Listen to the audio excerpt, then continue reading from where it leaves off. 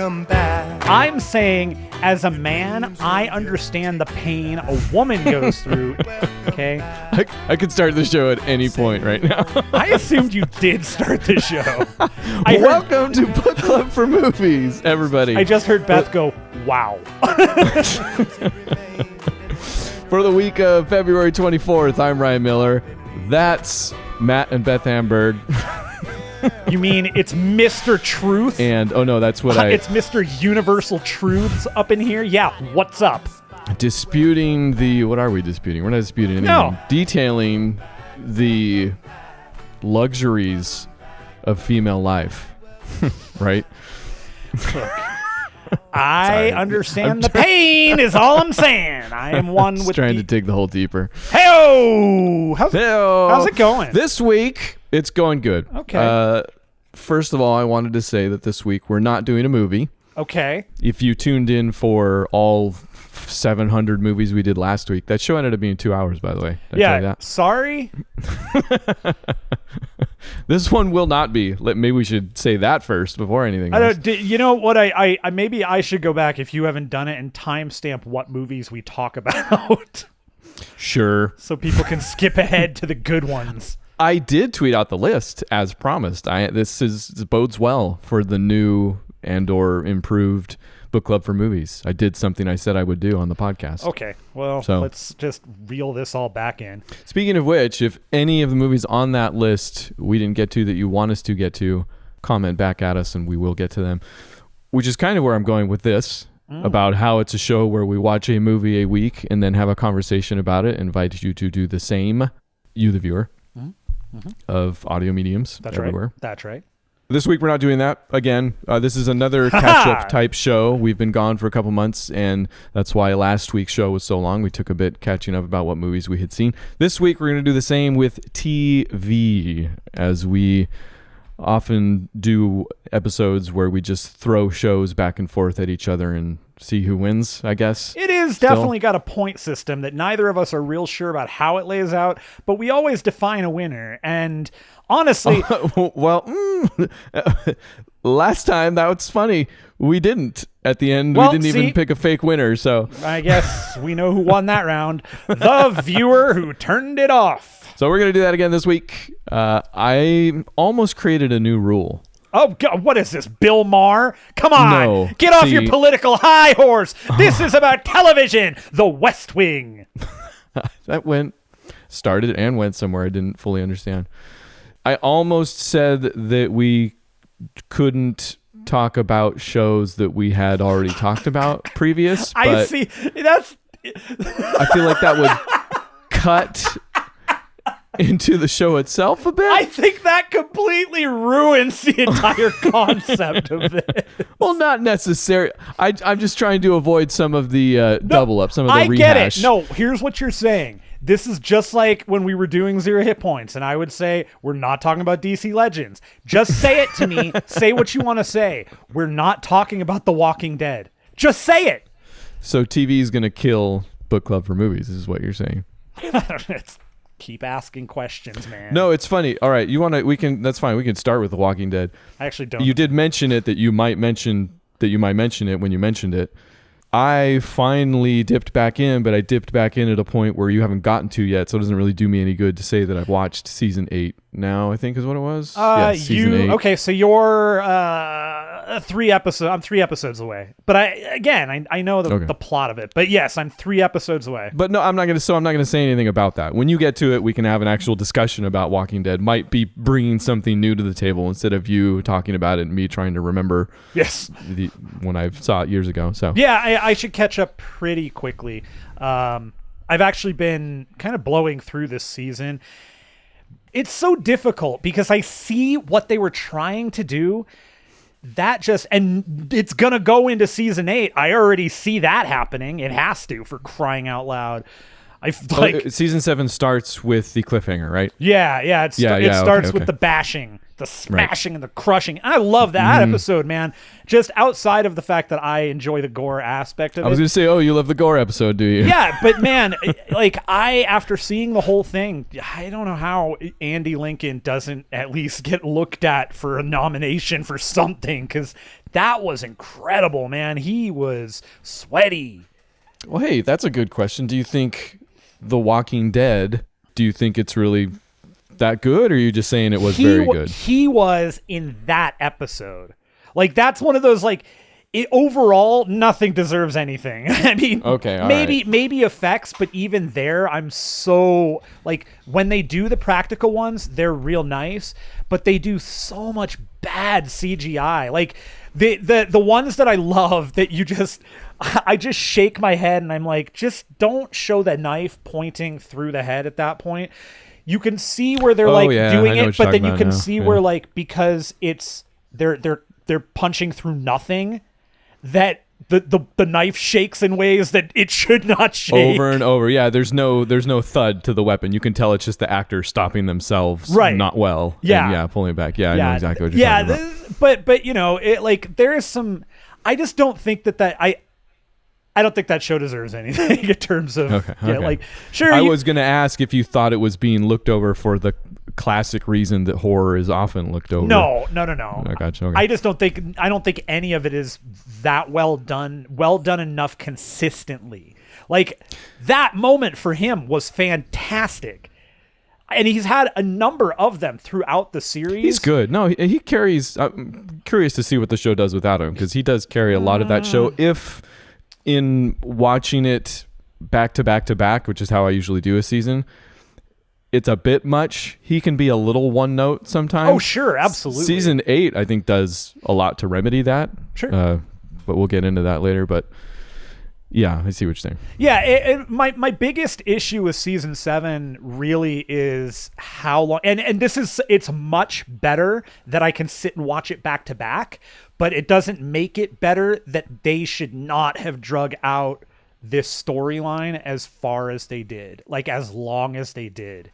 And I would say starting with season, like, delete the cliffhanger. Who cares? Like, whatever. I'm sure they saw a huge bump because of it. Oh, they did. Yeah. If you look at the ratings, that thing skyrocketed, and then it slowly started to drop throughout the rest of the season because people got so frustrated with how dour the season was in total. Like, there's hardly any, you know, bright spots to season 7. It's them being beaten down, not literally and figuratively, by Negan the entire season. Okay, I guess that's a longer discussion then. I was going to say I would take the largest chunk out of season 6 because I got so sick of, like, they just double, triple, quadruple down on Negan over and over and over as a bad guy, and I got so sick of seeing that establishment that I would have said take more out of that season. Yeah, sorry. Yes, that's the season I meant. I'm sorry. That is what you're talking about. Oh, okay. I know, but I'm up to where you're at, where I was at. I'm just, because I like I said, I'm watching this very quickly.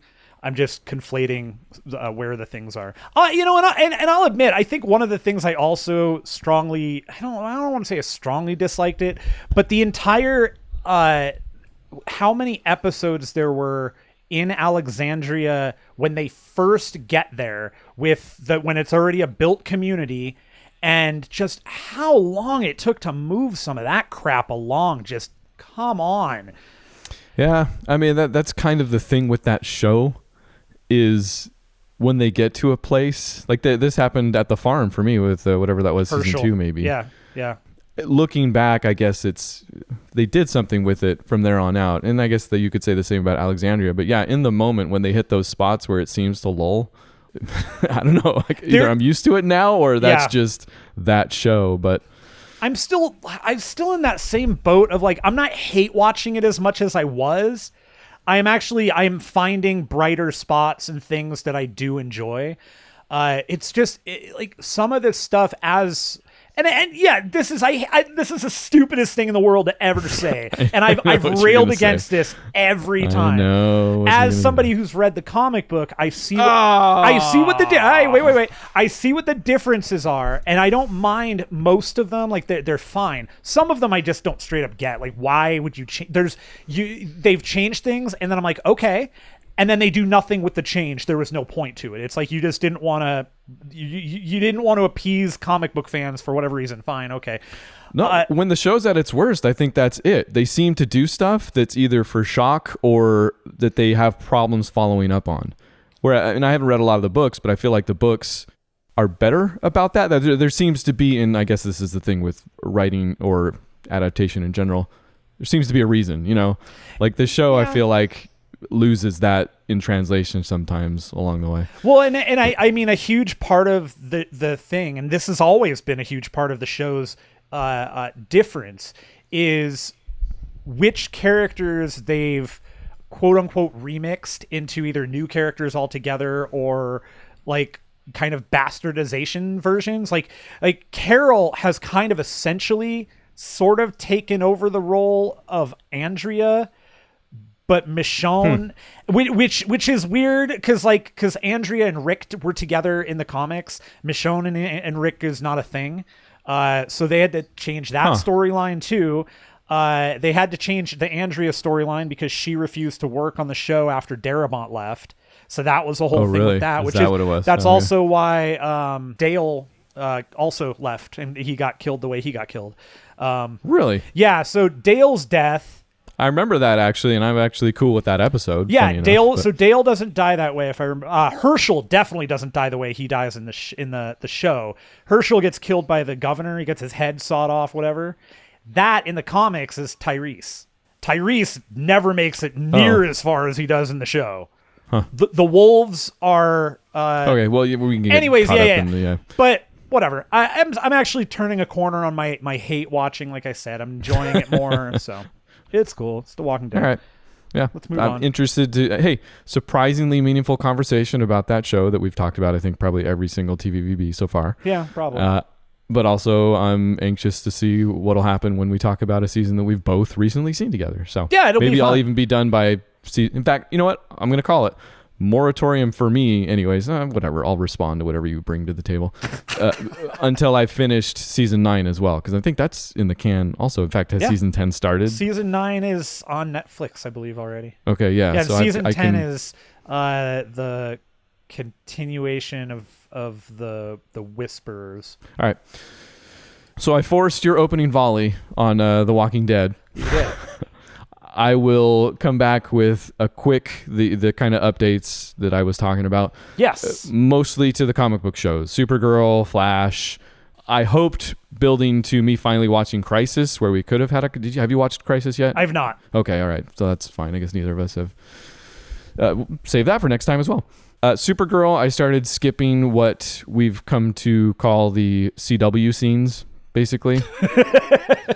I don't know if it's this season. Last season, in retrospect, I liked Lex Luthor. Some of the stuff they did with that. The white supremacist guy, Sam Witwer, what's his name? The guy from The Mist. Anyways. Yeah. Not Manchester Black. Manchester Black was awesome. Manchester that was a Black cool part. was good, yeah. The stuff they did with the white supremacist, I felt like just kind of fizzled out. Like the whole season was super steeped in racism and in a way that was like, man, this is almost over the top, but that's fine to get a point across type thing. I just don't know that they really tied any of that up real satisfyingly. Sure. So this season, again, I don't know if it's this season or what, or if I'm just trying to get to Crisis, but I'm literally just anytime somebody starts talking about relationships, like Jimmy Olsen's sister is in the show now. Jimmy Olsen no longer works at the newspaper even. He just announced what he's doing now, but I forget what it was. He might be semi leaving the show. Oh yeah, he bought a paper back in his old hometown, so I don't know if he's leaving the show or what, but anytime somebody starts talking lovey-dovey stuff, I'm just skipping ahead to get to the plot. So I don't know. This might just be where I'm at nowadays with time and these shows in general, but that stuff's never been super strong. The relationship between Alex, Supergirl's adopted sister, is probably the most compelling. Yeah. But even that's becoming a little rote, stagnant. Maybe I wrote, yeah. So in any event, Flash, I don't know if this is better or worse, but I've just started watching in the background now, like while I'm doing stuff. Sure. So I'm not even super paying attention, but I'm getting the plot points enough. I started doing that a little bit last season, and what happened is that my daughter was around sometimes, and then she got into it, so I'm like, crap. So I had to start like watching it normally again. Sucker! But that was, also fine, because that season I think was one of the better ones. I don't know. I think I've just reached a point on most of these shows. I do have Gotham ready to go. Oh man, it is so different from all of the other ones. It's so like night and day different. Yeah, and that's I think what I'm ready for. So yeah, probably. So those are those shows. I don't have any other comic Did shows, you finish? Did you finish Arrow yet? No, I mean, I finished watching that show seasons ago. No, but did you watch the last episode? I actually watched the last episode of it. Okay, I'll watch the last episode after Crisis. Yeah, do. Okay. It's completely a Crisis wrap up. That's what it is. Oh. Is his episode from Crisis the last episode of Arrow?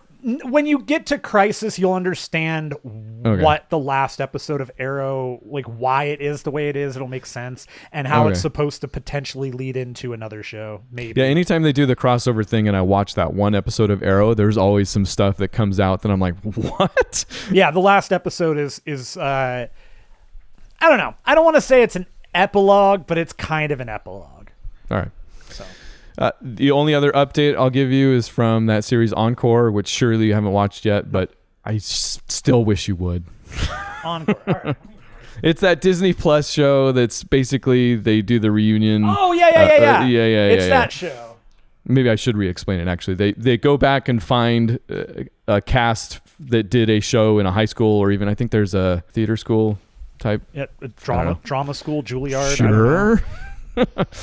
They get them back together and they do an encore presentation of the show they did in high school. So you're coming back to, I think the quickest we've ever come back to somebody has been like 10 years, but a lot of them are like 30 years plus, so it's a really good show. I super enjoy every single episode.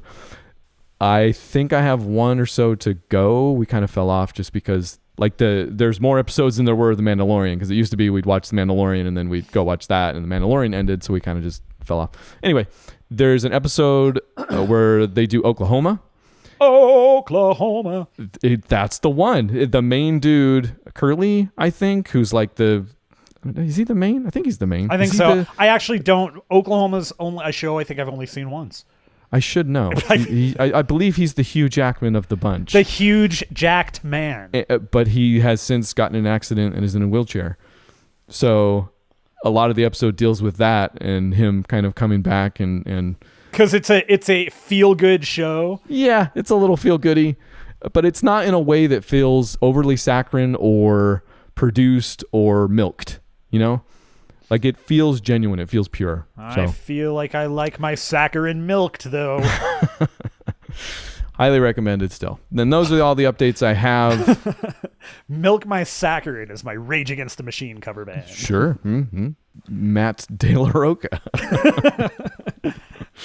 This actually dovetails nicely. I've got a couple that I can just kind of go away with. You got your own updates? And they're comic book related. They're comic book shows. Oh, sure. Okay. Batman the Animated Series, I started rewatching that because I'm also just about to finish up. I think the last episode comes out this week of Harley Quinn the Animated Series.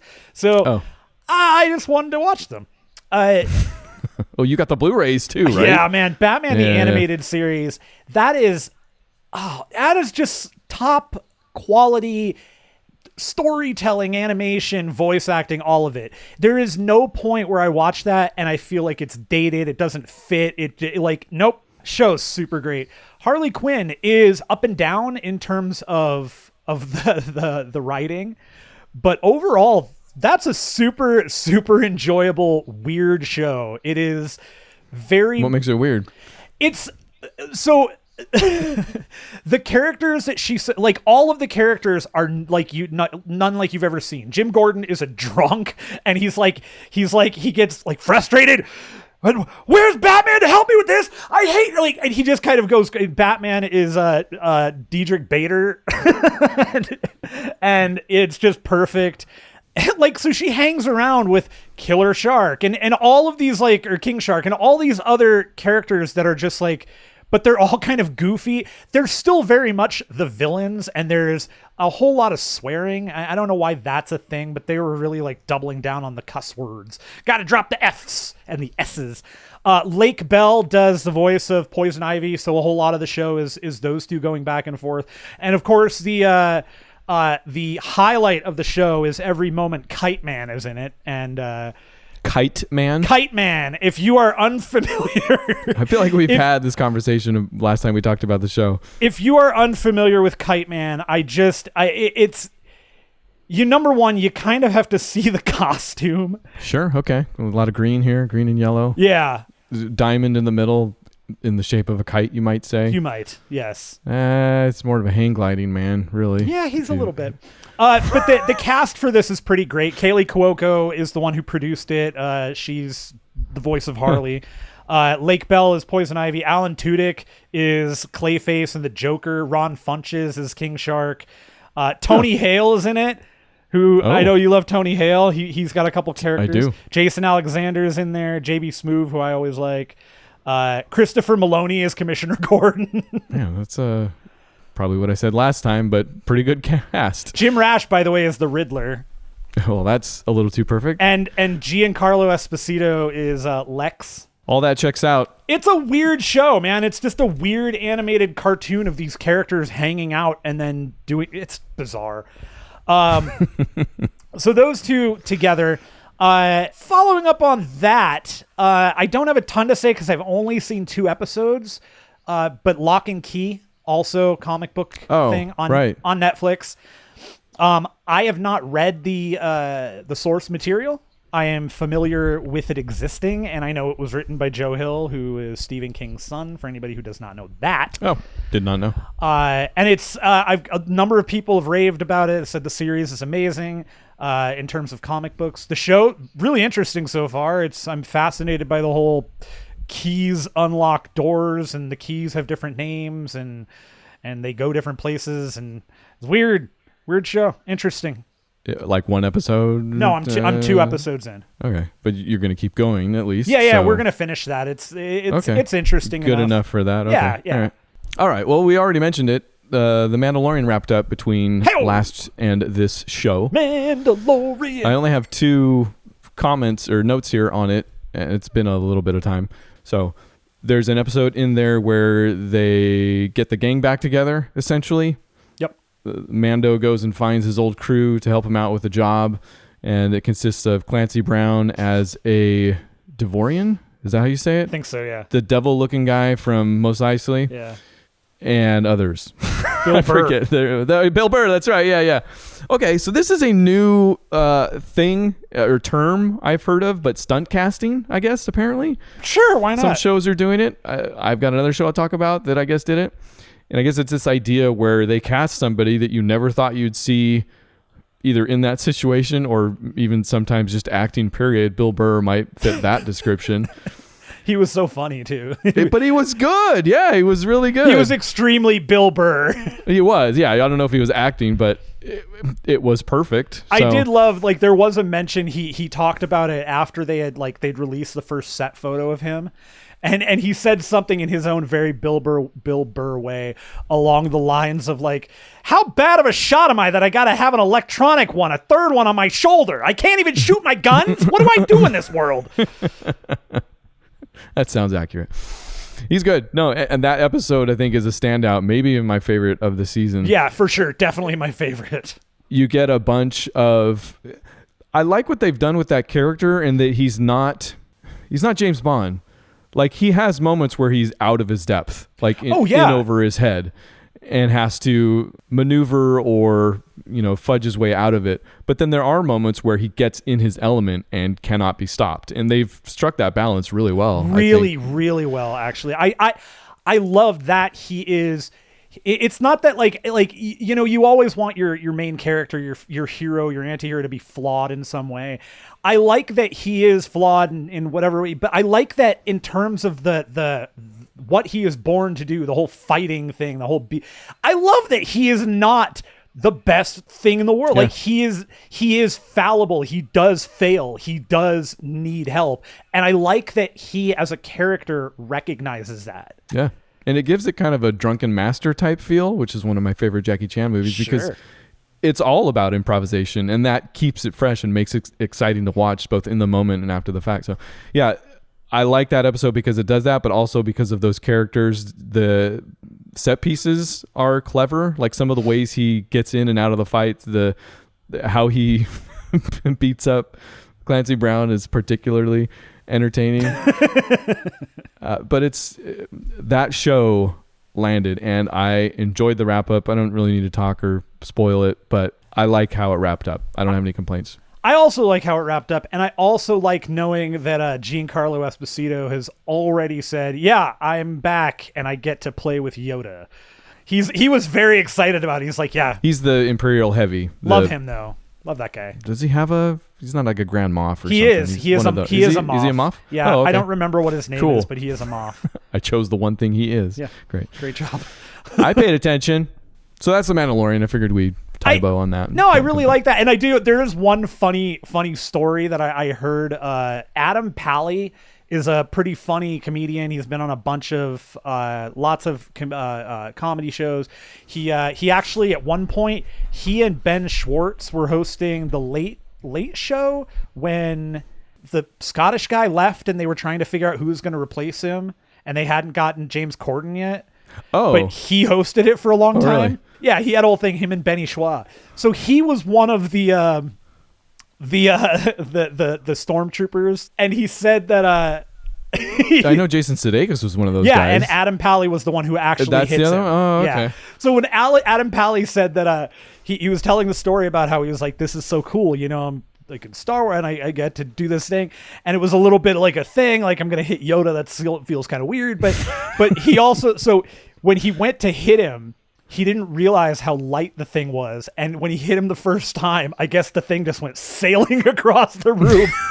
And I just love the concept of him like in the whole stormtrooper uniform, hitting the puppet, watching it go flying, him dropping his blaster, and just Kevin McAllistering the helmet. Dude, that's the opening scene on the final episode, isn't it? With the two stormtroopers. Yeah, fantastic. It's either the last one or the one before it. They were perfect. It was, again, I love that too, because it's one of those moments that it's a great moment of levity, but it also really does kind of reinforce that stormtroopers are not only kind of dumb, but they're still like, they have conversations with each other. It's not just this uniformed group. They can be like, they can have those conversations. Like, you never see those in Star Wars. Like, not really. And I know you're not supposed to, but yeah, I can count on one hand the number of stormtroopers with personalities. Yeah, and it's nice to see. It's nice to hear that. It's cool. I liked it. It's weird because I know that show has hit kind of a fever pitch where just everybody loves it and everything about it and Baby Yoda, to the point where I probably should dislike it a little bit, but I'm just on board. I think it's good, and I've had a ton of fun with it, so I don't really care. We freaking loved it, and I'm all in on the Cara Dune character. I love her. I want to see a whole lot more of her. I give her own show. I like it. I'm into it. It's called Haywire. Yeah.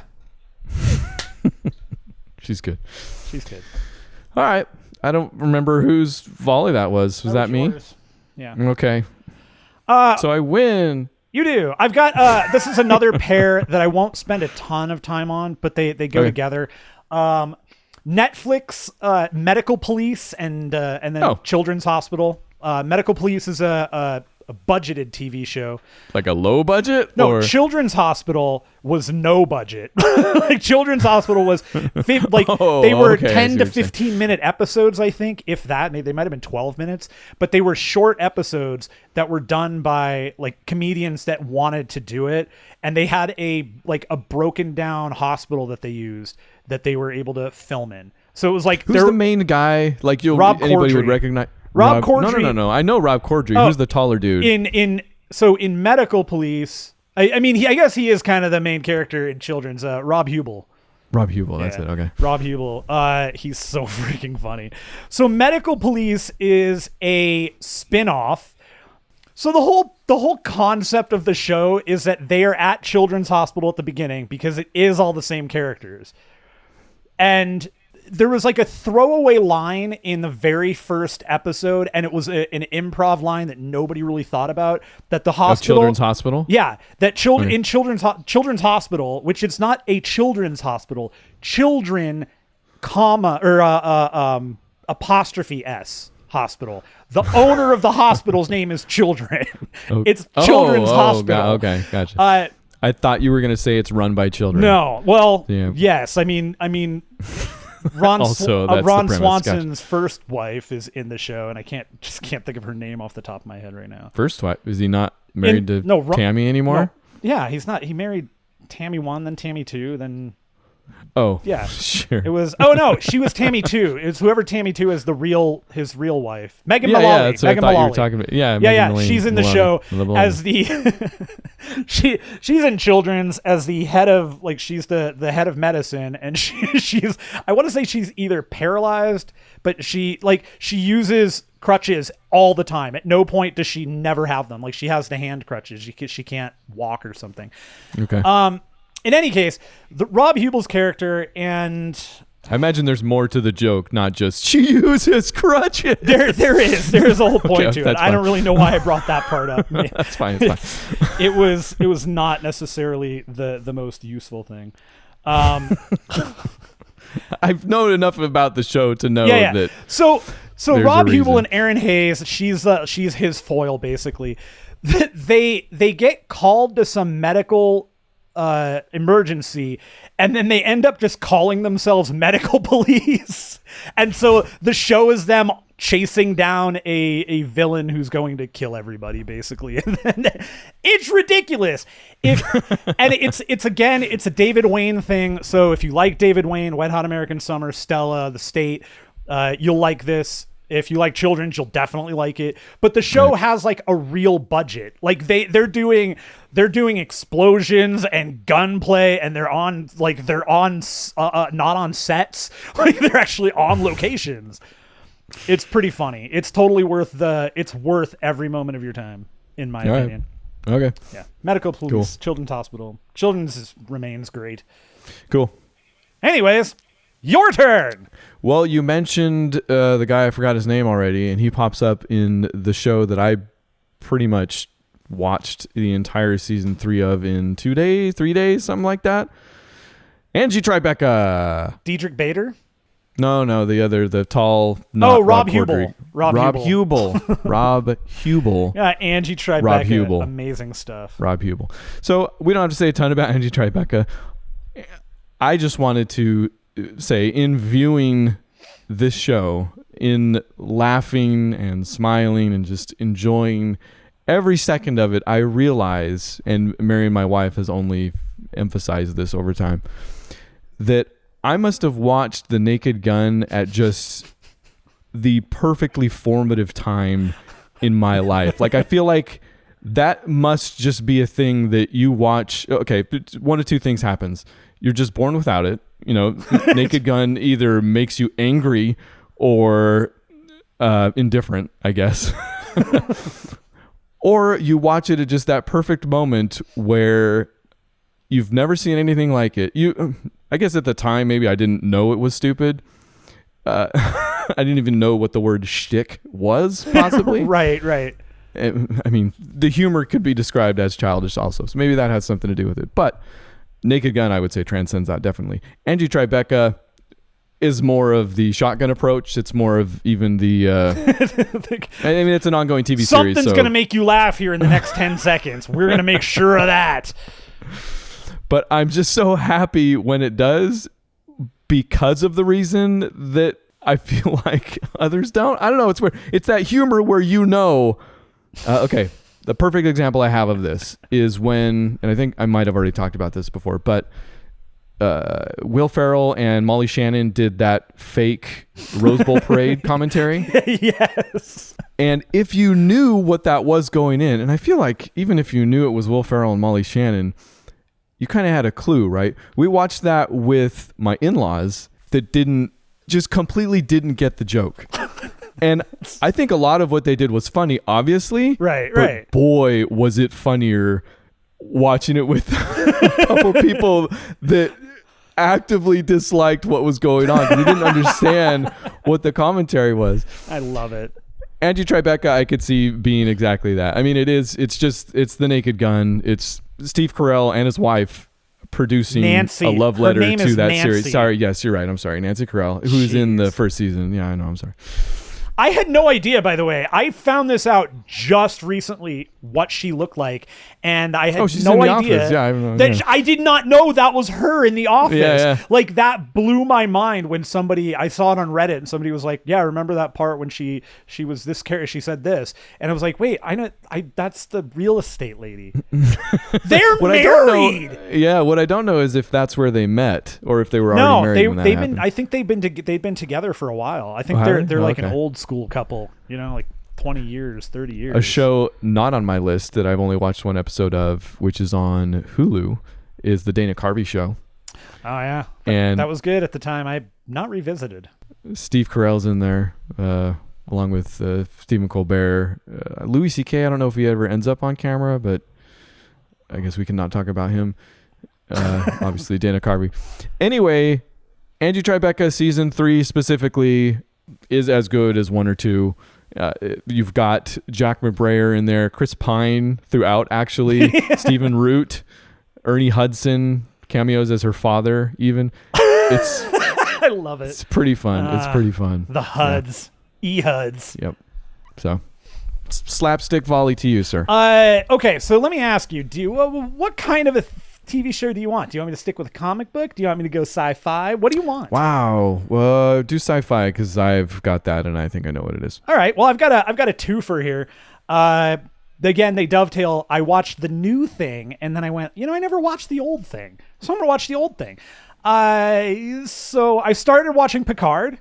Why did you start watching Picard, actually? Okay. I have a pretty decent passing familiarity with the characters on the show, Next Generation. Sure. I'd actually seen most of the movies. I've seen most of the Star Trek movies for no other reason than Nemesis and one other one were either they had come out while I was working at the video store or they had come out just prior.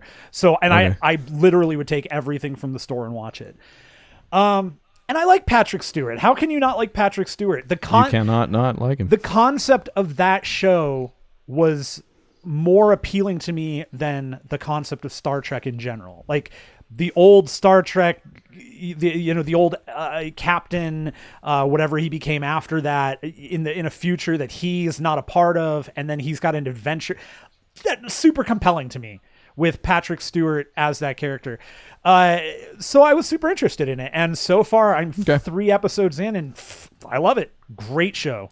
It's freaking good, right? Freaking good. Like I was not expecting it to be that good. It's really good. I don't think any of them have been as good as the first episode still yet. Agreed. In fact, I would say they get a little bit weaker as they go. I think I just watched episode 4 and there were moments where I started finally to kind of have issues with some things, but sure. That first episode, man, that was a cracking episode.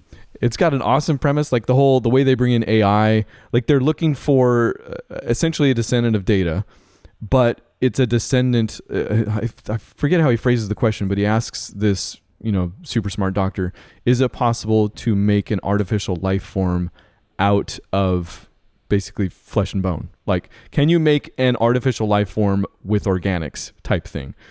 And she's like, oh yeah, there was this guy working on it, blah, blah, and that's how they go off. But even just that idea, I'm like, what are we even talking about now? Like, it's all of the ideas in that first episode are absolutely compelling. Totally. Yeah. Yeah. Alison Pill also is the doctor. She, right. I love seeing her in movies because it's always one of those shocks to my system where I have to go, right. She doesn't always look like the drummer in Scott Pilgrim.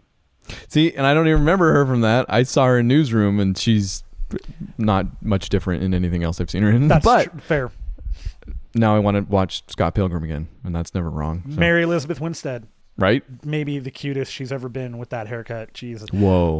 But also, you haven't seen Gemini Man yet. Along with Picard, I went and I've started watching Next Generation.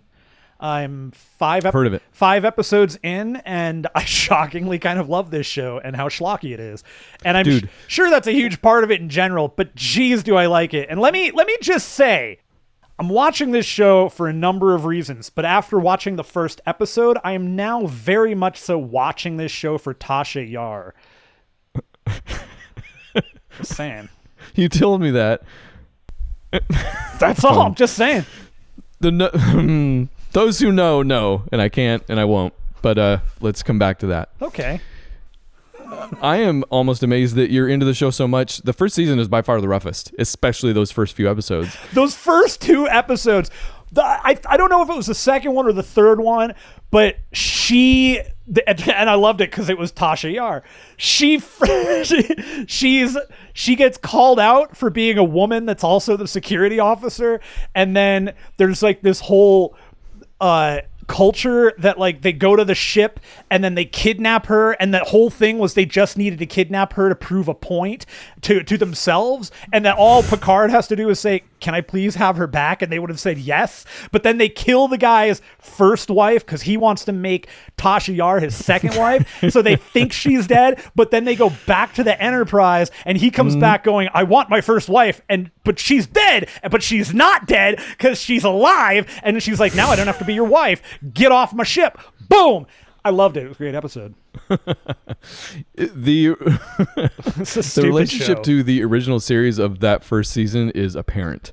It becomes its own thing after that. That's, I think, eminently more even enjoyable. But yeah, if you like what you're seeing now, you're super gonna love that show. I do. I'm having a ton of fun with it. It's super goofy. I definitely recognize episodes that I have seen are definitely later in the series. Like further along than like the ones that I remember from as a kid. I don't know when the corners turn. It's probably somewhere around Jonathan Frakes' beard, but when that happens, essentially the quality maintains. Like it looks like the same show. You could watch an episode from that in a later season and kind of not know, but some of the best TV that's ever been. And yes, I'm a Star Trek fan, but I think at this point I'm going to run over to your side of the court and steal the ball out of your hands. Do it. Legally. I'm done. I've also... Okay, cool. I've also been watching Star Trek Discovery Season 2. Is Discovery the one with Scott Bakula? No, that's Enterprise. Yeah. Okay. Which I would still recommend watching. I watched the first 2 episodes of that show a long time ago when it first came on. Really enjoy Scott Bakula, so I'll watch anything with him. It's a good show. Yeah. Planning on might be controversial, but I think it's a good show. And in fact, that show doesn't receive the credit it should for kind of bringing Star Trek into the 20th century or whatever it was at the time, which is weird to say for a show that takes place, I think, in the 30th century. I don't know. But that show, and I think it was after ratings started flagging, turned into something with an overarching plot, which was something that Star Trek hadn't done a whole lot of before. Like they have some recurring characters. Yeah. But for the most part, they're kind of these weekly shows that you tune in for. And this is where I became a huge fan too, because I watched it kind of weekly as a kid growing up, or my dad did, and I was in the room. But yeah, Enterprise does a lot to kind of just change that show. You're doing the same thing with your daughter, except it's the Flash. Oh, I'm about to do the you're right. I'm a horrible father. I'm about to do the exact same thing with my daughter because we're going to start watching Next Generation with her. Nice. Star Trek Discovery, and I think I've talked a little bit about it. It looks really good and is good. I think. Who is in this one? Is this the one with Sonequa Martin Green? Is that the girl from The Walking Dead? Yeah. Yes. Okay, cool. Got it. Now I'm with you. I know the show. And it also does its own amount of stunt casting in Tig Notaro this season. And she is the reason to watch this season. And unfortunately, she's only in, I think, 2 or 3 episodes maybe. So, all right. But well worth every second of screen time. She's so good. She plays this kind of jaded, as you might imagine, engineer who's like super gifted though, like has created things from scratch that shouldn't be possible. They find her kind of stranded on a planet where she's been keeping some people alive, you know, with paper clips or something. She's Scotty from the Star Trek movie. Basically, actually, yeah. Little with a little harder edge, maybe. She's super fun. It's a good show, I'll say again. And someone there does understand what Star Trek is and has been. I think this season, maybe more than last even, you know, with those kind of away missions, with the new life forms. It's the whole, what would you call that? The opening creed, right? Yeah, the from Nimoy and then later from Stewart, I think, read it for the... Yeah. Space, the Final Frontier. Somebody gets that. Unfortunately, somebody else also thinks there needs to be a sense of urgency. And almost every episode has some artificial timer on it where they need to do something by some time or everybody's going to die. it's almost like an Abrams knockoff. Like I really like what Abrams has done. Yeah. J.J. Abrams has done with the new movies. This is almost like somebody almost either trying to split the difference or just knock that off poorly at times. Well, that's kind of a bummer. Because I am digging this, and I had seen all of the original Star Trek because that was on Nickelodeon Really? or something when I was a kid. My dad watched that all the time, so I've seen all of that. I haven't. I mean, I want to. I've started it 2 times and never got through all that. And Deep Space Nine are the 2 series I've never been through, and I like them. Yeah, the initial show, it was just seriously, it was on. We'd be watching, it was on one of those things where you'd have the Green Hornet and then Wild Wild West and Star Trek, and it was just Nick at Night. Was it a Nick at Night? That's the thing, is I don't know if it was Nick at Night or where, but we watched it all. Yeah. It was always on. So we watched it, and so it's kind of like, and I've always heard that most of the shows are pretty good. So I don't know. It's a good, and Discovery's good. Again, I'll say it again. It's just, it's in this weird space where I think it might be the worst Star Trek, actually, just compared to all the rest. Worse than Star Trek 4, The Quest for Peace? Wait. No, not discounting the movies. That's I'm not Superman. even. That's another. You're right, it is. And I blew right by it. Good call. Star Trek Discovery Season 2 is worth watching for Tig Notaro when it's not quoting Greek poetry and playing a little fast and loose with the rules, which I know sounds dumb. And honestly, I don't mind. This is like any modern Star Trek. The Federation has become the enemy. And a lot of franchises are doing this. We got the most recent Star Wars that have to deal with the Jedi and the Order and what that actually means. I'm fine with that. I like giving that stuff a more nuanced treatment. Yeah. And I think it deserves it. I liked what they did with it and that type of stuff in Star Wars. I like that they're doing some of that in Picard as well. Yeah. And Star Trek Discovery. They're doing it a little fast and loose to the point where I have trouble investing sometimes. We've already gone an hour, so I definitely don't need to talk about the cultural history of Star Trek, but you're going to anyways. Been a very kind of strict. It's been a militaristic at times, even organization. I know the Federation itself, it's a quest for peace. That's it. It's a quest for peace. I think that's Star Trek 5. That's Superman 4. Dang it, you're right. You already said that. I think I lose no matter what, so why don't you just go? Please tell me you're not going to edit any of that part out. Nope. Why would I? I want you to not edit out the quitting aspect. Star Trek Discovery. It's the worst Star Trek that might still be worth watching. Do you have any shows to I do throw my way to end this, to spike with even? You want me to end it? Oh man. No, I don't. I have 2 more shows. I can do 1, 2, 3, 4, 5. I could do up to 6. Wow. But I will cut out Avenue 5. Hey, you can do as many as you want. No, here. I'll do the quick. I'll do these. This is quick. Avenue 5 HBO show. It's got Hugh Laurie in it and Josh Gad and Zach Woods. Because we're talking about Star Trek, it's the deep space airliner things. Oh, I've seen the trailer for this. Yeah. It's pretty funny. It's all right. It hasn't. We're 2 episodes in. It hasn't knocked anything out of the park yet. We're still watching it. We'll still watch it. It's still got actors we like, so kind of want to see where it goes. But that's kind of where I'm at with those actors. I want it to be great. But actually. I will tell you, the first episode ends in a way where I was like, oh, please don't do this. And the second episode kind of picked it up, and it has to do with finding a character that they can turn into kind of an annoying, shrewish person, and they find that person way too quickly, and it's already lasted longer than I like. So, okay. But it's still interesting to watch. I'm going to check it out. We'll see. We'll get a couple more episodes in. What was the name of it again? Avenue 5. Avenue 5. Gotcha. Yeah. Okay. We're also watching Westworld. We started the first season of that.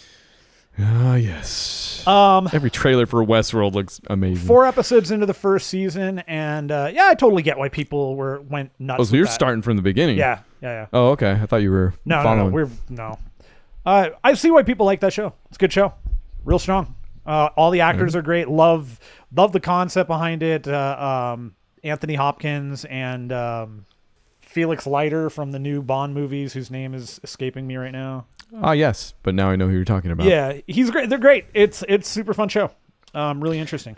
It's the same premise as the movie, right?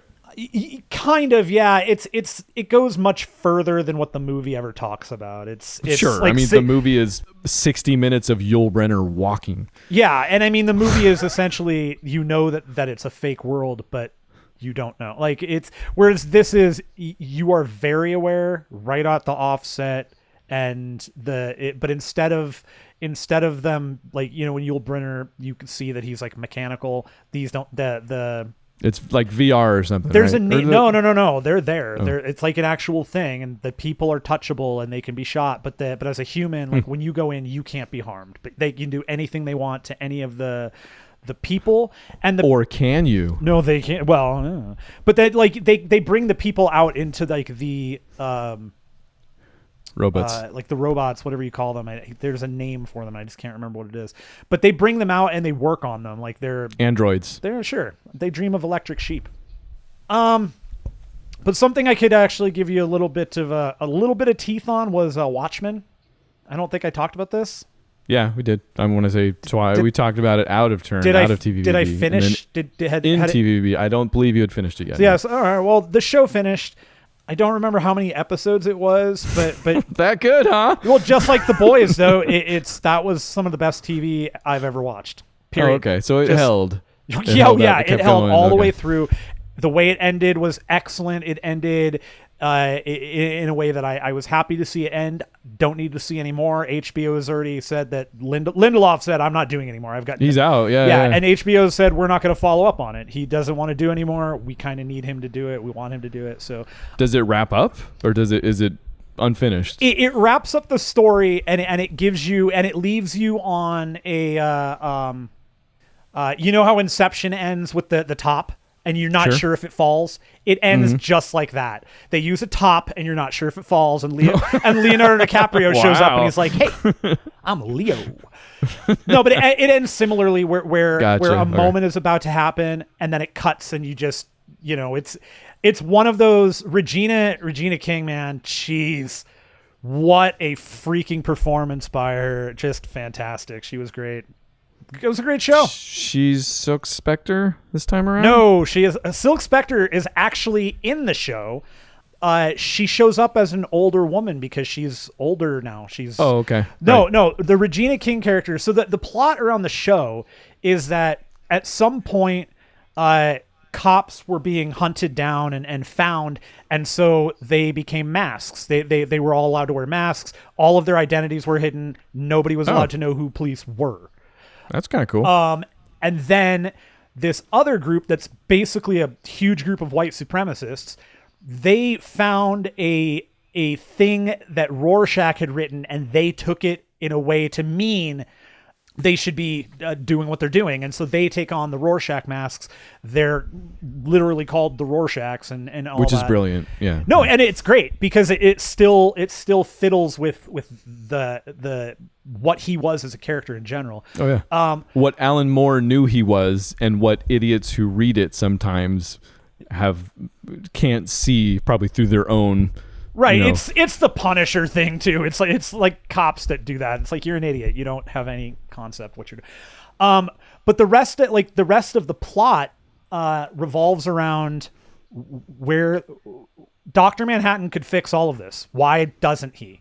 And it's still a conversation about that. And then this other woman shows up named Lady True, and she is trying to build a machine that's essentially going to take Dr. Manhattan's power so that she can, quote unquote, fix the world in her own, likeness, what have you. Okay. That's maybe the least favorite thing you've said so far. Right. Except that little tiny bit is very much so at the end. You do not know what her plans are. You don't know, she shows up to a family's house because she needs their land.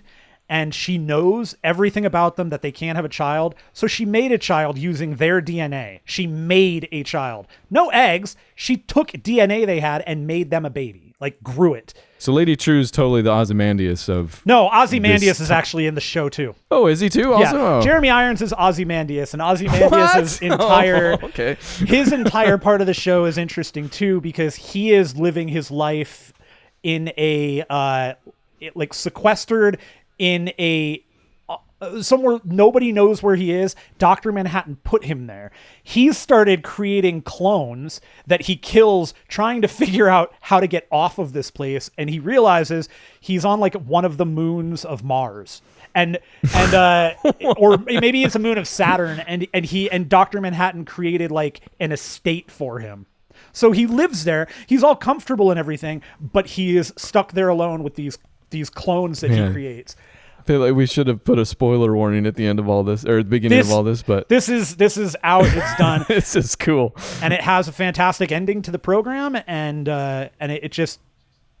I know, man. It sounds pretty good. It was a great piece of television. It had a lot to say, and they did a great job saying it with those characters. That's cool. Yeah, that's super cool. And that they would have pulled that off, still kind of amazing. Every episode of that show was top tier. That show did not have any lulls at all. Is that the new best comic book show? I forget where we ended last time. The Boys was definitely the best. I mean, I still say that this The Boys topped it, I think you said. I think they're apples and oranges. Apples and oranges. Because this is based off those characters, whereas The Boys is actually based off the book. Like there's a comic to it. There's a Watchmen comic. There's a movie. And now there's a TV show. You're right. Yeah, no, the comic's based on the movie. Right. So Watchmen was amazing. Okay. Yeah. I've got 2 more, and then it's over. Unless you have more. I forget. I have 2 more. Okay, cool. Also, Disney Plus, there's this documentary show called The Story of Imagineering. Have you heard of it? No, but I love it. It's got to have some behind-the-scenes stuff on cartoon making. I am so amazed at how many people have not heard of this thing, especially people like my mom, who this is like made for, and I get this isn't unique, but there's a tradition of Disneyland in my family. I get how unspecial that is really, but Disneyland has a way of making it special, making it personal. I don't care. I'm not even saying this as a joke. I'm not saying this in any, I'm being very serious. I love Disneyland, and Disneyland really is the most magical place on earth. Like, I walk into Disneyland, and it is totally like one of the few places in the world that I've been to. Like, the minute I cross the gate, I'm just like, I'm at Disneyland. I get that that's a widely held belief by a lot of people. In fact, hearing you say that, dang, watch this freaking thing. I'm only... What's it called again? I think 3 episodes into it. The Story of Imagineering. And it's literally that. Like, Imagineering is the name that Walt Disney gave to kind of his creation. It's a bigger answer, and honestly, that's what this thing is treating. But gave to kind of the creation process, both for the theme parks and the movies to some extent, and the practical effects to a large extent. This works hand in hand with another company that he created that I had never heard of before. That I can't remember now. Industrial but it was kind Light of his, and Magic. No. Oh. It was kind of his back room. I think it's literally, it has something to do with his initials. Like it's WD or something like that. 40. Workshops or something like that. But it has all of the footage from the 60s. You get to see a ton of that. You get to see Walt Disney addressing the camera. It also tells you the story behind building Disneyland, pitching Disneyland, and then exporting that to Japan, to France, or Paris, which is in France, I guess. Yeah, no, that's true. I mean, there's also Paris, Texas, so go either direction. You're right. And it's not there. The whole show is just done so well, and it's so compelling and just fascinating because it's also stuff that has kind of entered the realm of urban legend. You know, like they literally address the idea that there's a basketball court at the top of the Matterhorn, you know, like this stuff that never gets confirmed because there aren't pictures. Sure. Type thing, you know, like the cameras aren't allowed.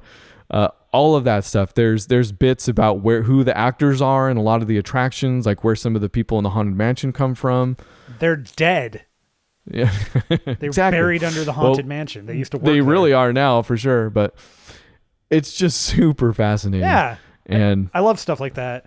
Yeah. I mean, Dude, you know, I'm a check huge it fan out. of anything that's got the behind the scenes with movies and TV. Oh yeah, and this is that about freaking Disney. And I get Disney also has a troubling past. You're not gonna hear about any of that here. No. But it's, you know, this is I have to kind of put this and think that, I mean, overall for me, it's probably going to be less about him and more about the technical aspects of what they're talking about. That's the stuff that really interests me. yeah, He's a jag. Or was. and you can separate the art from the artist. I guess that's a larger discussion for years and years and years. Well, and years. I think Disney is one of those ones too that's it's like Miramax. I'm not gonna stop watching movies by Miramax because Weinstein owned it. He didn't do everything. He may have put money to the movie, but he didn't direct it. He didn't write it. He didn't do anything other than here's money, make the movie. Like I feel like that's an easier conversation though. Like with Disney, it's literally his dream. And you're like, well, he also believed this other stuff that didn't necessarily, or I guess depending on how you argue it, slightly bigoted. I've heard, right? Yeah, manifest in this dream of his. But as it outgrew him, as this flawed man, it was as us flawed people touch on bigger ideas that can outgrow us. I think, you can still have fun at Disneyland, and you can still kind of revel in that dream a little bit and what it's become. Yeah. So if anything, that show can prove that point if you go in with that knowledge and maybe do a little bit of the extra work. But regardless, it's fascinating. Yeah, I'll check that out. And beautiful. Yeah. So far, And that's Encore that. and Story of Imagineering. Yeah. Honestly, if you want to pay for Disney Plus I get it free because it's attached to Verizon or whatever. Those two things alone, and The Mandalorian, but that's more widely available, maybe. Worth the price of admission, man. If you want to subscribe to Disney Plus and don't want to subscribe. That's the thing. I might be able to give you. I don't know if they've locked down the whole multiple user thing. Let me see if I can give you my login. Yeah, we info. should try that. Ready? You got a pen? Yeah. I'll also give me your social and your credit card. Bleep. I have one more show. Okay, I got two more. You go, then I go, then you go. We're at an hour-ish. I can go pretty quick on both of these, I think. Okay, do you want... It's getting heated. It's the end of the game. There's been some scoring, probably. Both of these are based off of other things. They're both based off of books / one of them a movie also. What a weird thing. Yeah.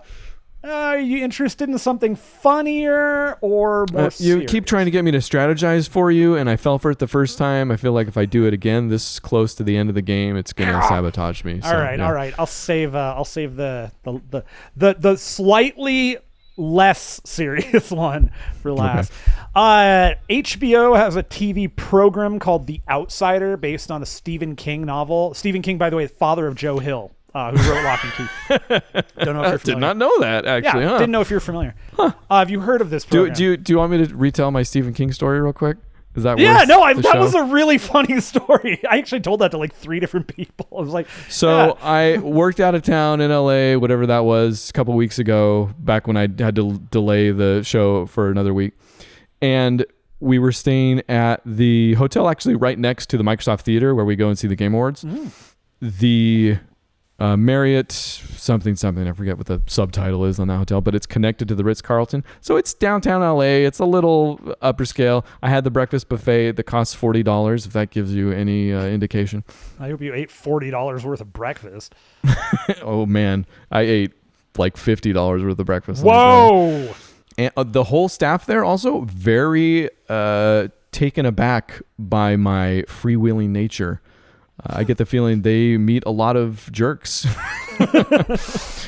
Anyways, so I'm on business, walk in with my boss, and we're going through the lobby, whatever. We go up to where we're setting stuff up, and while we're setting stuff up, I'm like, "You like Stephen King?"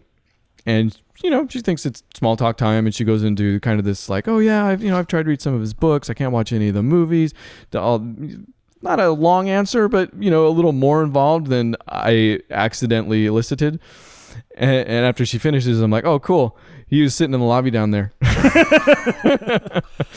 She's like, oh, I didn't notice. I don't even think I know what he looks like. And I'm like, if you saw him once, you probably wouldn't forget. Yeah, his glasses are the same size as actual window panes. And I should temper this with, I could have been wrong, but pretty sure. You were not. You would know if you were wrong. Yeah. Anyway, it was funny. It's just some Hollywood You've Boulevard watched trash. the show. I did, based on a Stephen King story. It's called The Outsider. Show has Ben Mendelsohn, who I cool. watch Ben Mendelsohn in anything, and Jason Bateman are the two mains, and okay. also Cynthia Ervio. That's her name. Okay. Do not know her. Yeah, you will. I think you very, very soon will. I think her name's going to start popping up a lot more. Yeah. So the show is super interesting program, man. This is actually really cool plot. The whole plot is Jason Bateman is accused of murdering a kid. He was seen by people picking the kid up, putting him in his van. He was seen with the kid in the bike, all this stuff. People have seen this. There's CCTV of this. But does he know the kid? Yeah. But at the same time, there's video of him in a totally different state at a real estate convention or whatever he is. I can't remember at this point because it's actually kind of irrelevant. But he was in a real estate. He's there. Hotel has CCTV of the exact time when this could have happened. So that's the whole thing, and it's a Stephen King story, so you know there's something to it. And so it's creepy. A little creepy. Cynthia Ervio's character is this private detective that is a little more in tune with things and a little more open to things than most of these other characters.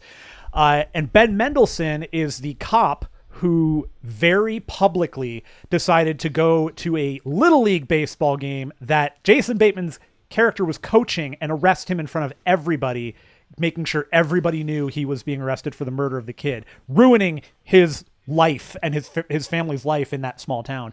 So the show is a lot of Ben Mendelsohn trying to reconcile something that now he's realizing is wrong, and he can't figure out why. He can't figure out how there's two people and how the same person is in two places at once. It doesn't make sense. And that's the show. Huh. I think there's 2 episodes left. We have been watching week to week because this is so gripping. It's so interesting. And they've kind of opened up. We have an idea. We know what's going on. Now it's the chase. How did they stop it from happening more?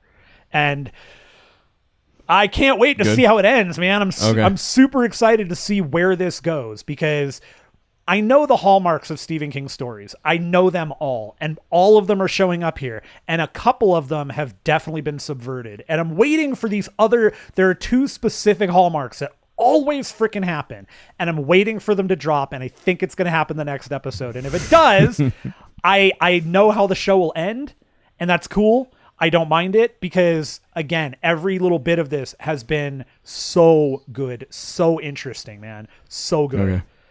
I totally recommend checking it out. We'll have to have a follow-up on that. I'm curious if it pays off and if you were right and all that stuff. Sounds like when I got hooked on 11/22/60.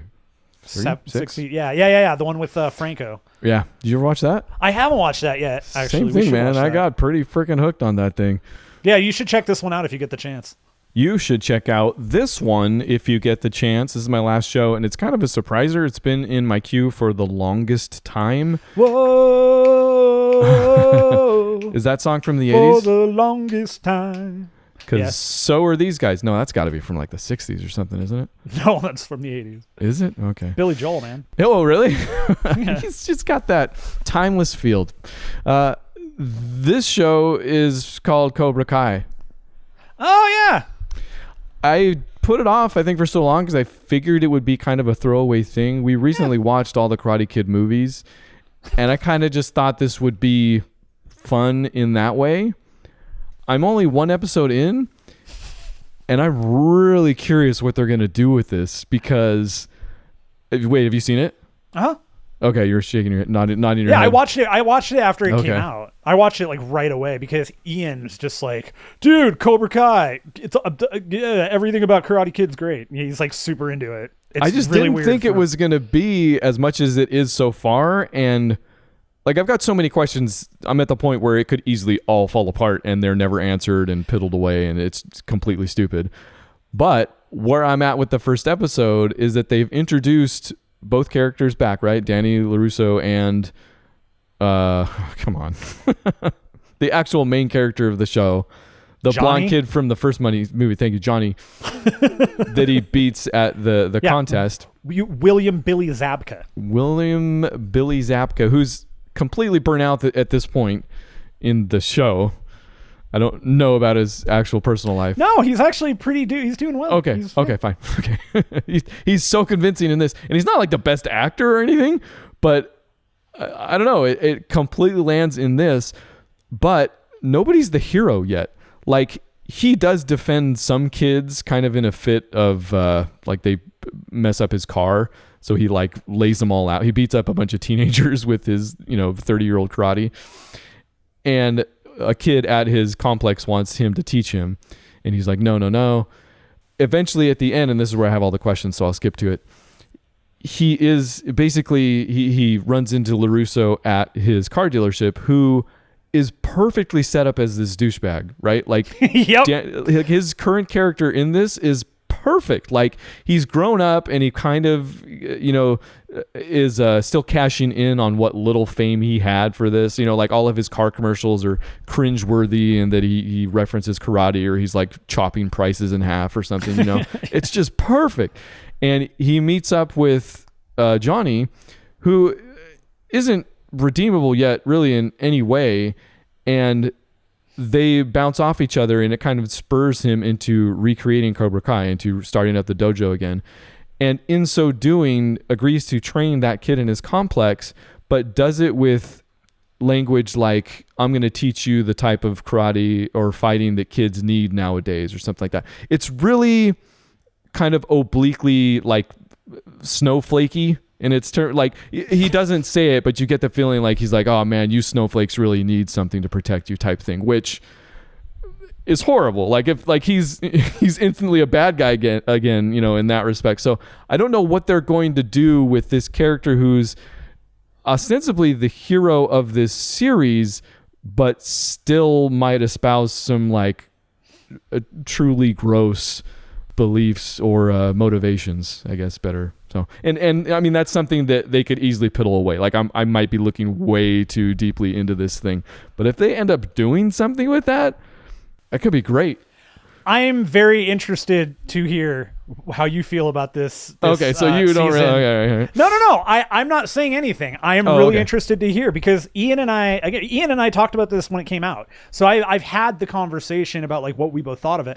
I am legitimately curious now where you're at, not only from the fact that you just watched the movies, but because I'm so curious how you feel in terms of like the thing you can't tell me about. I got the stupid stuff we talk about. No, it's the stupid way we talk about movies or TV, even, just in a serious way. I don't know. It's dumb. I'm dumb. I also realize I have one more that I can't not talk about. Oh, okay. You're going to beat me. All right. Well, let me get my last one in here. To you, sir. Hulu original.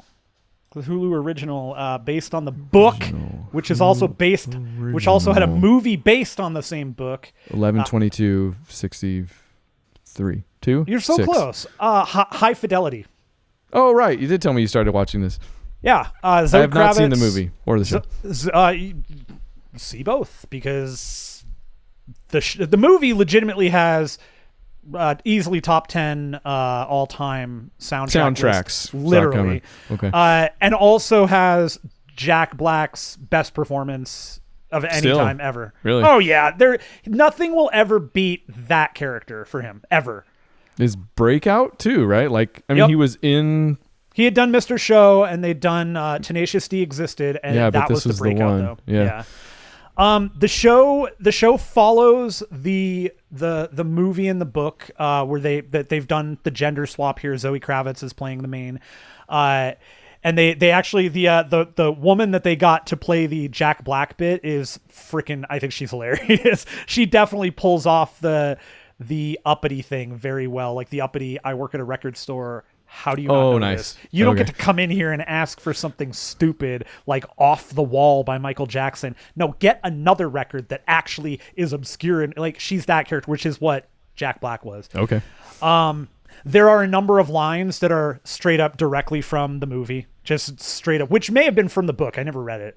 I know that the book takes place in London. The movie takes place in Chicago. This takes place in New York. It's really freaking good. Oh, so the show is kind of a reboot.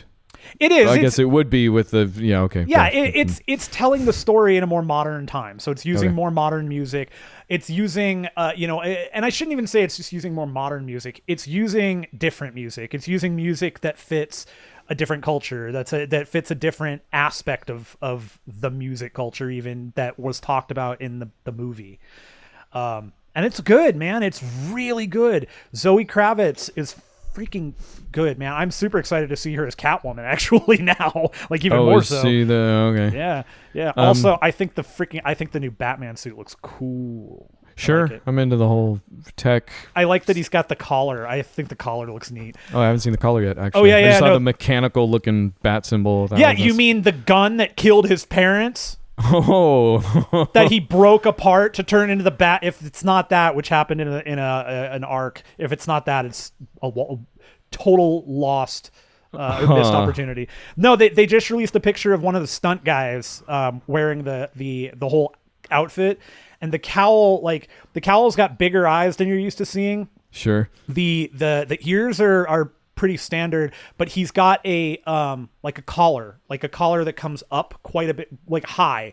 Really? So I think it looks super cool. Yeah, they show it. He's on a bat cycle. I'm almost surprised they put that on the vampire actor. Really? Yeah. Well, what are you gonna do? Does he have silver skin? Yes. You see in Twilight all the vampires have. Yeah, they sparkle. No, I get it. It's, oh boy. I didn't have to explain it. High Fidelity is very, very good. It's on Hulu. All episodes are available. We have not finished it by any means, but how many episodes in? 4. Okay. I always like to ask that because I feel like that there can be a turning. So I'm like, it's like how much? You're one episode into Cobra Kai. There could be a turning, right? Very quickly, or not.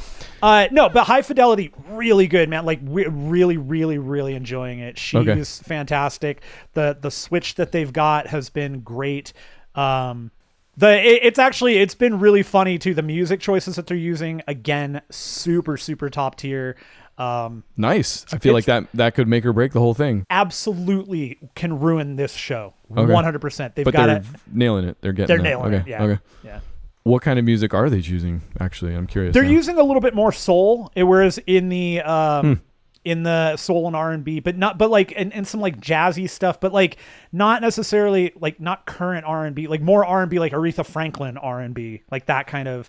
They're like, man, have you not listened to this R. Kelly record? And they're like, trapped in the closet. Tony Braxton. Cool. Good news all around. Speaking of shows that can make a turn. Okay, hit me with your last one. Remember I told you I was watching Impulse, the YouTube original based on the Jumper universe? I do remember this somehow.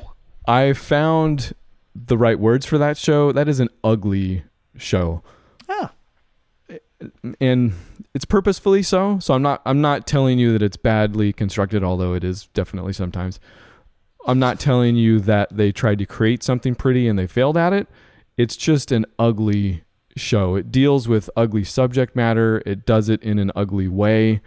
There's in the background, in the very, very background, like you see clips, like maybe one clip per show. There is, I think, what used to be called a paladin, like the guys that hunt jumpers. There is a paladin hunting a jumper, and he corners him at some point as he's trying to escape with his child, and rather than be taken captive, he shoots his kid in the head and then shoots himself. So it's a dark, freaking ugly show. Somebody watch The Mist. Yeah, basically. Like, what if The Mist kept going after they all shot themselves in the head? And I did mention this part, the main girl has suffered a sexual assault, and it deals with her PTSD, and it ties that to her powers in a way that's actually pretty interesting, and in a way that they're not allowed or not afraid to hang on sometimes, like just let sit, which is maybe the best thing I can say about this. Otherwise, it is very ugly. Like there were parts I skipped just because I didn't want to watch them, or they're done poorly, or I just don't know why. And that went on for most of the season, all of the season, essentially. The other story is that the main bad guy has a drug ring going with the local Mennonite population. Sure. It's just kind of strange, whatever. I think more people need to sell drugs to Mennonites. No, the Mennonites are selling the drugs. Oh, I think that's even more important these days. And he's the father of the guy who sexually assaulted the main character. So, the apple has not fallen far from the tree here. We don't see him sexually assaulting anybody, but he is very much the type of father that you would see having that type of kid. Just complete garbage and ugly people, just all the way around. And basically that carries on for a number of episodes fairly uncompellingly. Like, I've given you all the best parts and the most interesting things. Apart from it being an ugly show, I wasn't compelled to watch. Oh, this is another thing I watched in the background, Yeah. So all that for all of the season until the last stupid episode where, because all throughout the series, she's coming to terms with her powers, trying to figure them out. Like she doesn't have control over them. They trigger in moments of stress. So that's part of the reason she was being sexually assaulted, and her powers triggered, and it crushed the car on the kid and paralyzed him. So part of the series deals with that, and at the very end, she finally is able to consciously trigger her powers, but to save him from a burning building. So there's a whole bunch going on. I don't think it's particularly compelling, again, still, but in that last episode, she rescues him from that building. The father figures it out, and even though he's heard the story, didn't believe, but upon seeing some of the stuff back at his burnt house, he starts to believe. So he confronts the girl at home with her mom and is like, show me the thing, show me what you did. She's like, I can't do it on command. And it turns into this scene that, for against all odds, is compelling and tense. And she's like, no, show me. And he's like pointing the gun right at them, and she's like, or right at her, and she's like, I can't do it. So then he moves the gun to her mom, and she's like, no, I can't, until finally it escalates to, all at the same time, the gun goes off, she grabs the gun, and she teleports. And the next scene is we see her, because she can't control where she teleports most of the time. And within the Jumper universe, we know they can only teleport to things they've seen, right? Or places they've been, right? Yeah. Sure. So I remember that fact. Watch the movie. Okay, no. She's been teleporting to this childhood home of hers. This last time, she teleports to a place where her father had been captured. And the main paladin that we see also took her father at one point. So number one, she's transported to a place she apparently has never been to before. Interesting. Also, the camera pans over and we see that she has taken the gun and the arm with her, and not like just the arm. She's taken, like, how Jax from Mortal Kombat has like his from his pectoral to his fit. Like, she took the whole thing, like just this gory hunk just sitting there, and she freaks out. She's like, oh my God. And she runs out, and she has no idea where she is. So she jumps in front of a train to force herself to jump back to where she was, because she always goes to home base, which is her bedroom. Goes to there, runs downstairs to see what happened. Where is he? Where is her mom? Can't find her mom. Finds the paladin, or follows the blood trail to where the paladin is, I guess, probably cleaning up the body of the dead father, but we don't know, because that's where the series ends. And that's all where in the last stupid episode. And that's when the series will permanently end, huh? No, season 2 is out there. Like, I might download it. That's why I'm so upset, because I went 90% of this stupid season. I just got to read the synopsis. That's what I got to do. I got to just not watch the show. It's just, it's almost the problem of The Expanse, except I enjoyed The Expanse more. Yeah, I still could not get into that one. It's the first act of a movie spread out for however many episodes, 10, 12 episodes, which I don't know many things that can sustain that, and The Expanse doesn't, I don't think. And this absolutely doesn't. It just puts it all in that stupid last episode, and now I want to find out what happens. That's what you get. Yeah. Sorry, I had to get that out. No, get it out. That's fine. I left it off my list because literally when that happened, I erased it from my notes. I was like, I don't even want to. Whatever. Everything We're an about hour and a this is half. Why dumb. wouldn't I? Yeah. Might as well. But now Yeah. we're completely caught up. Movies, right. TV, it doesn't matter. Now we can go back to the normal 1 hour a week thing that we do with a movie like. No, I don't know. I don't know. How am I? Why? How would I know? Okay. What about? I've been hearing some talk about a movie I've never ever seen before, but I think I've seen every single one of his other movies, including the trailer for the newest one, which, as all of his trailers do, looks amazing. What about following Christopher Nolan's first-ish movie? I am following what you're saying, and I love it. Okay, so that'll be next week's movie, following Sonic the Hedgehog, still in theaters. I don't know if that sways your opinion.